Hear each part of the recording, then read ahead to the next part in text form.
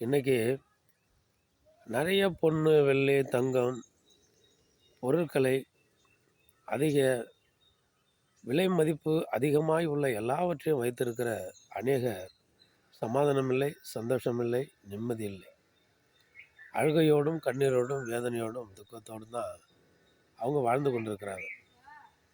பாருங்கள், நீதிமொழிகள் ஒரு வசனம் சொல்லுது. நீதிமொழிகள் 16:16, பொன்னை சம்பாதிப்பதிலும் ஞானத்தை சம்பாதிப்பது எவ்வளவு உத்தமம், வெள்ளியை சம்பாதிப்பதிலும் புத்தியை சம்பாதிப்பது எவ்வளவு மேன்மை. கஷ்டப்பட்டு தங்கம் வேண்டும், தங்கத்தை நிறையா வாங்கணும், வெள்ளியை நிறையா வாங்கணும், பவுனை நிறையா வாங்கணும். இதை வாங்கி வீட்டில் நிறையா வச்சுருந்தாலும் அங்கே சமாதானம் இல்லை, சந்தோஷம் இல்லை, நிம்மதி இல்லை. ஆனால் அதே பாருங்கள், புத்தியை சம்பாதிச்சுக்கிட்டா, ஞானத்தை சம்பாதிச்சுக்கிட்டா, அதை சம்பாதிச்சு நம்ம இருதயத்தில் வச்சுருந்தோம்னு வச்சுங்க, கணவன் மனைவி பிள்ளைகளுக்குள்ள ஞானமும் புத்தியும் சம்பாதித்து அது இருந்துச்சுன்னா என்னங்க பெரிய பவுனு, வெள்ளி, தங்கம், இதை விட மதிப்பு மிக மிக மதிப்பு உயர்ந்தது.